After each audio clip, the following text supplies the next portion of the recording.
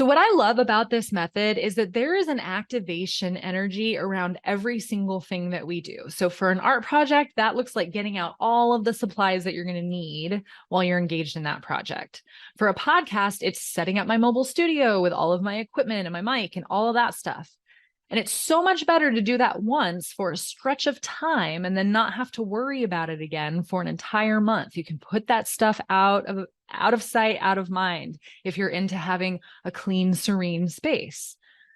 Plus, in those time blocks, I'm doing one thing and one thing only, and that is setting me up for success. Doing that is putting yourself in an environment where focus is just easier. This is episode 117 of Multi-Passionate Like a Boss, and I'm your host, Jenny O'Connor. I'm a writer, entrepreneur, and certified shiny object lover, and I'm obsessed with finding the easy way to live the dream. So what we're rejecting today is the mantra, just work on one thing at a time. Look, we understand, but it doesn't matter. It's not how we're built.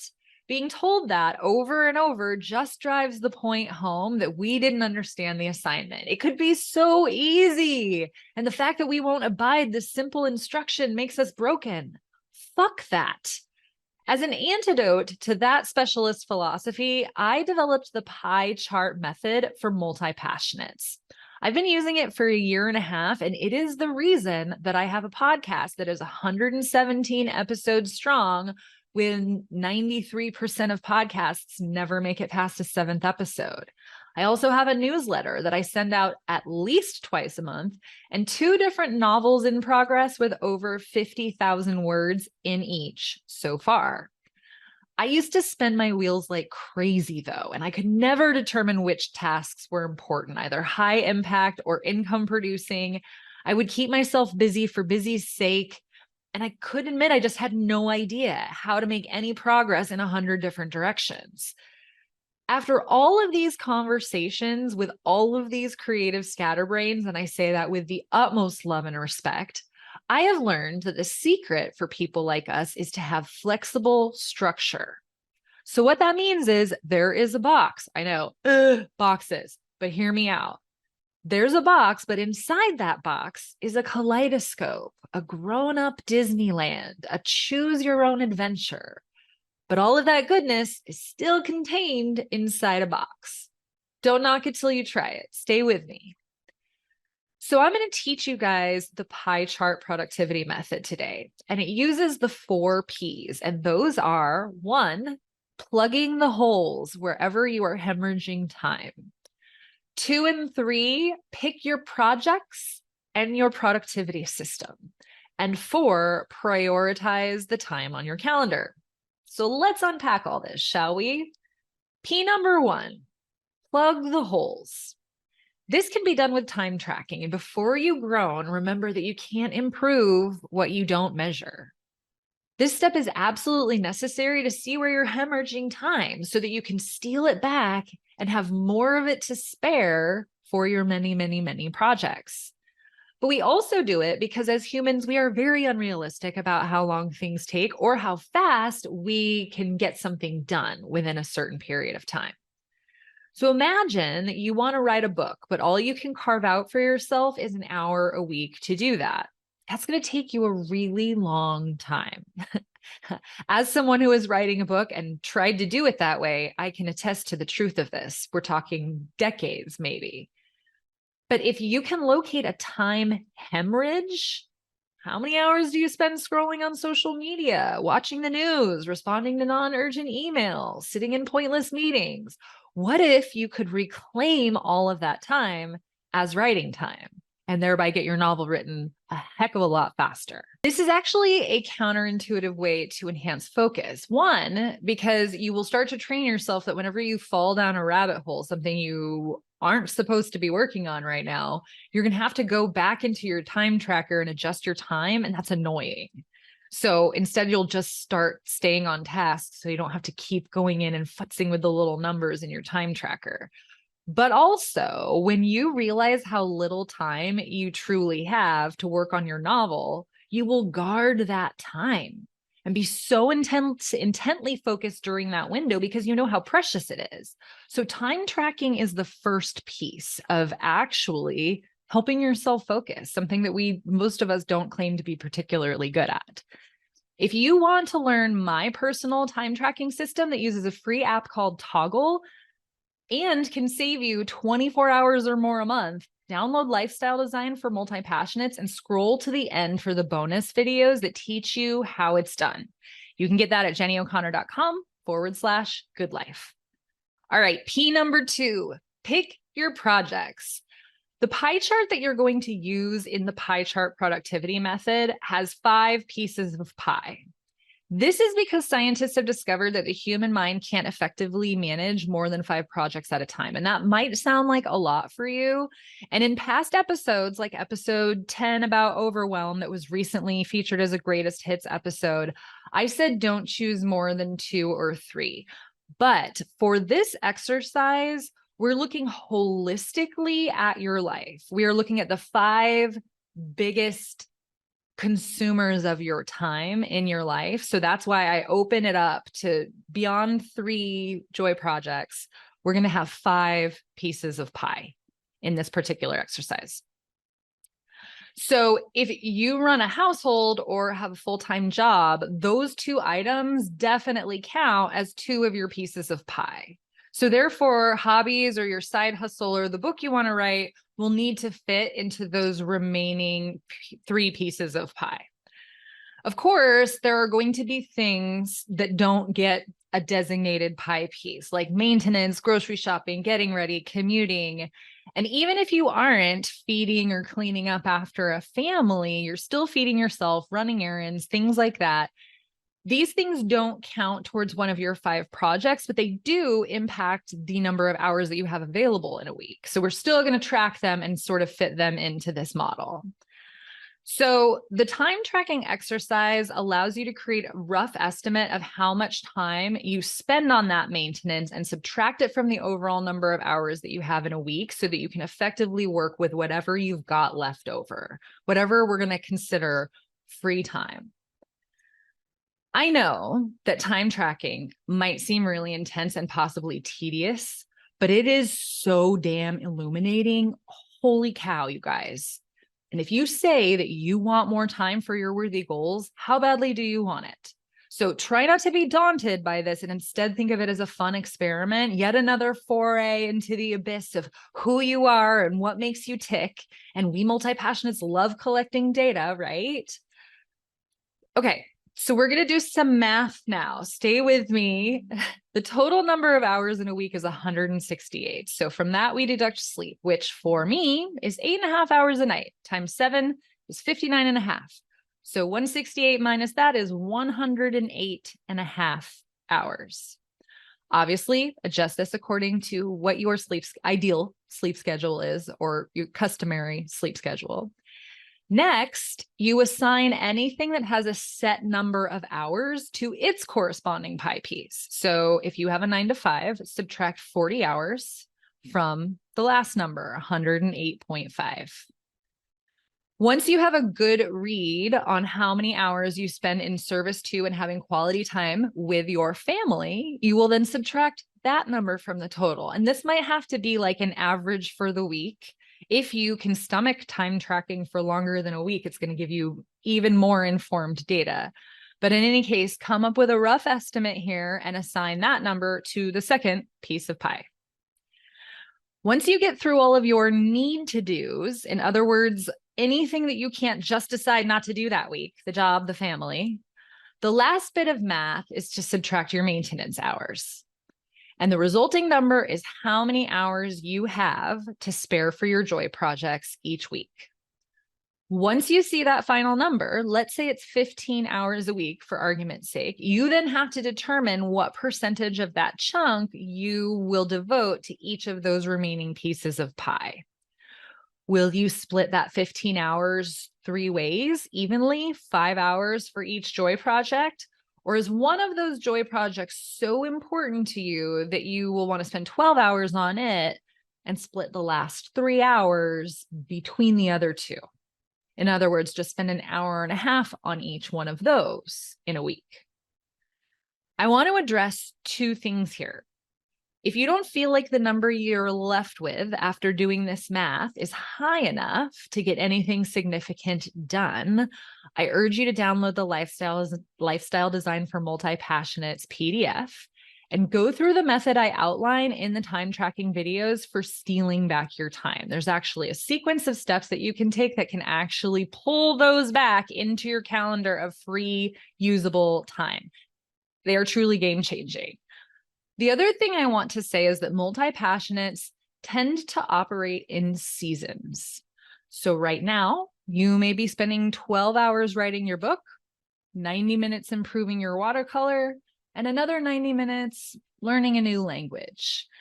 You know that once the book is written, you can then spend more time on the watercolor. So things are going to ebb and flow. Some things are going to get completed and checked off the list, and then you can assign a new project to that empty piece of pie in your pie chart. And you don't have to use 5 pieces of pie. If that feels like too much, just don't use that many, but don't use more than 5. You can also devote one of your pieces of pie to spending time with friends, because right now in this season of your life, that is a joy project for you. But if you constantly find yourself saying things like, I will write the book as soon as I have time, you might have to take a hard look at the percentage you assigned the social butterfly piece of your pie chart. It's just all things to take into account in terms of what really, really matters to you. So the point is, this is a living document, and it will evolve as you evolve and as your values and priorities change. But it works really well for realistically gauging how long projects are going to take, given the amount of time you are able to allot to each one respectively. Once you've made this productivity method chart for yourself, you can say, oh, I think I can have my novel written by the end of the year. P number 3, pick your productivity system. So steps 2 and 3 are the choose your own adventure steps. And I would be remiss if I told you guys which productivity system would work best for you. Just like the projects, the second P, those are going to be unique to each of you individually. So is the productivity system that you choose. You might already know what works really well for you in terms of getting things done. Or you know that, like me, nothing works for you all of the time, and you will go in seasons and you will use something for a couple months and then you'll stop using it. If you have literally no idea where to begin in terms of productivity systems, check out episode 36, Time Management for Squirrel Brains, where I describe a bunch of different ones that I think work really well for multi-passionates, having used all of them myself. So for me, I love to build systems and then hack the systems. I know that I love my task manager, Noseby, and my app for capturing ideas, Evernote, but the technicalities beyond that change from one month to the next. Right now, though, I am loving, I might use this one forever. I'm loving batching.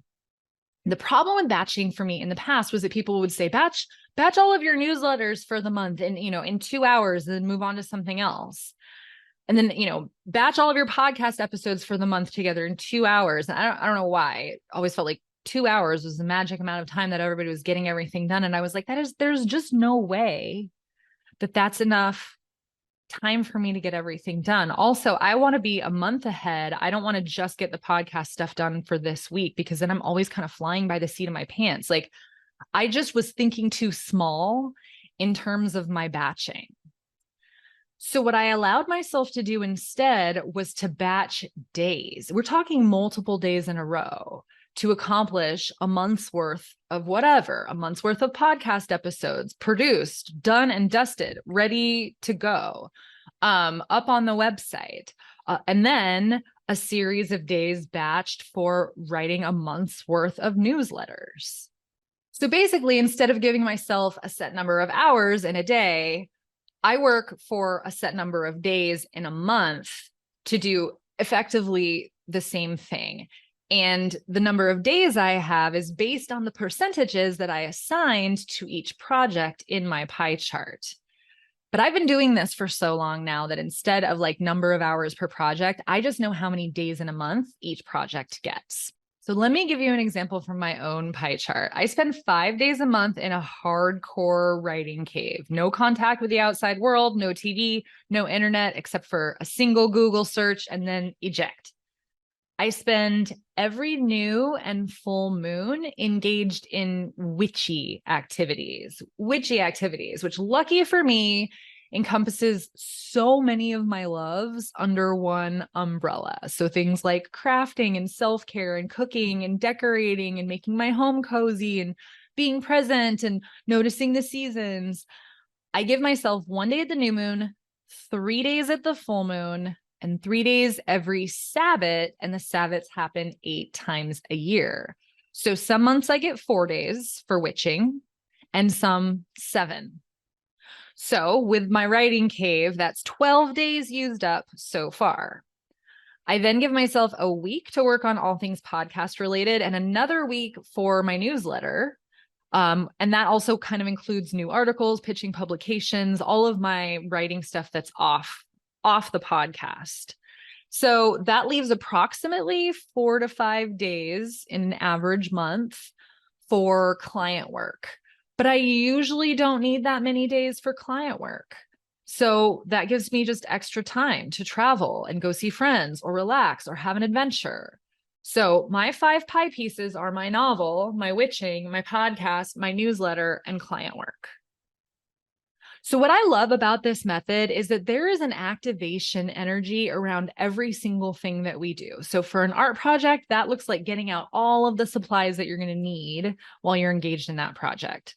For a podcast, it's setting up my mobile studio with all of my equipment and my mic and all of that stuff.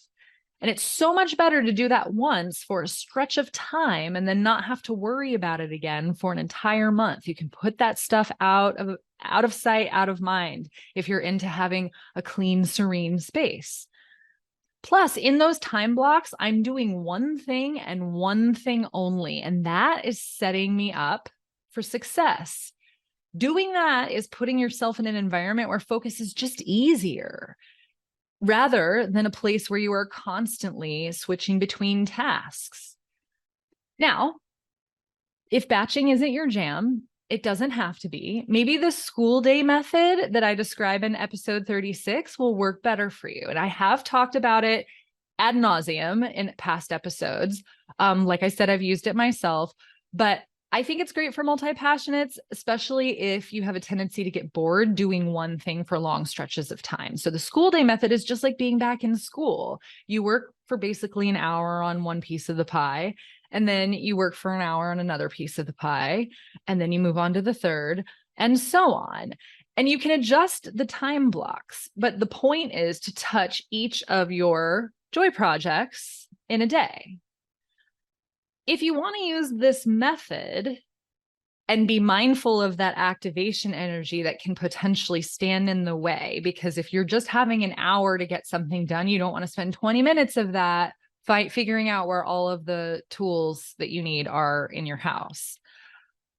You're going to need to keep your supplies handy if you're going to use the school day method, and Lifestyle Design for Multi-Passionates has some really great options for how to do this without just having a home full of like piles of stuff everywhere.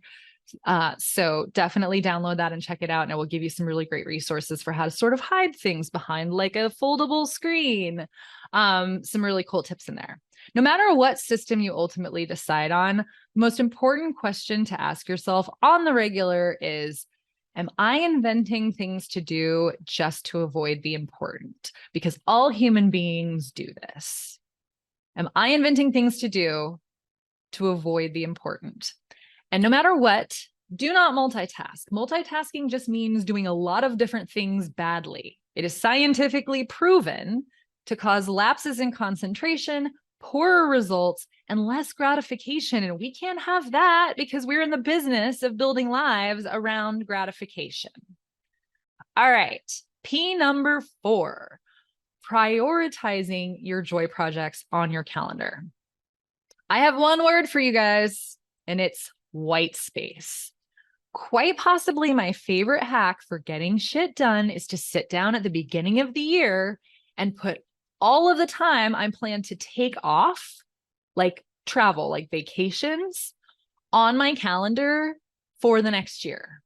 So the dates are allowed to shift around. Like you don't know in January when you're going to take your vacation exactly in August, but you know how many days you want to take a vacation for, right? So you put it on the calendar knowing that things might shift a little bit. So I just want to know when I look at my year at a glance that I have 6 weeks of camping in Colorado during the months when it is way too hot to live here. I also want to see my shorter camping trips and my visits to my bestie in Central California to go wine tasting. Am I going to a retreat in some far-flung destination? I will put it on the calendar before I've paid the deposit. What this does is cause me to keep that time sacred. So like I said, the dates can be shifted, but nothing can get scheduled over that time. Like it's already on the calendar. Everything else has to get filled in around it. Joy projects are exactly like vacations. They deserve relegated white space. And yet, they are the very things we don't ever feel like we have enough time for. So this is how we change that. Joy projects, boss fam, are how we live the dream now, rather than slave, save, retire like everybody else. So isn't it worth filling up your calendar with that time first? I would argue yes. So to be clear, if you have a 9 to 5, 8 hours of your day are taken. If you have a family, maybe 4 more hours on top of that are taken too. I'm personally not much good after 14 hours of being awake. So that leaves maybe 2 hours on weeknights to do what you love. If it's on the calendar, you're less likely to accidentally chew up that whole time block scrolling on TikTok. Am I right? If it's the weekend, you'll think twice about getting bottomless mimosas with friends when that same time block has been slotted to write your novel. So, one more time, the 4 Ps are plugging the holes where you're hemorrhaging time, picking your projects and your productivity system, and then prioritizing the time on your calendar. So boss fam, if you enjoyed this episode and found it helpful, would you please share it with other multi-passionates? There are so many others out there like us who need to hear these important messages. Also, if you want to learn about time management strategies that work especially well for people like us, do check out episode 36. And Lord knows, I've plugged it enough this episode. So if you do not yet have your free copy of Lifestyle Design for Multi-Passionates, what are you waiting for? Go and grab your copy today at jennyo'connor.com/good life. And until next time, remember, productivity is less about what you do with your time and more about how you run your mind. Now get on out there and do the thing.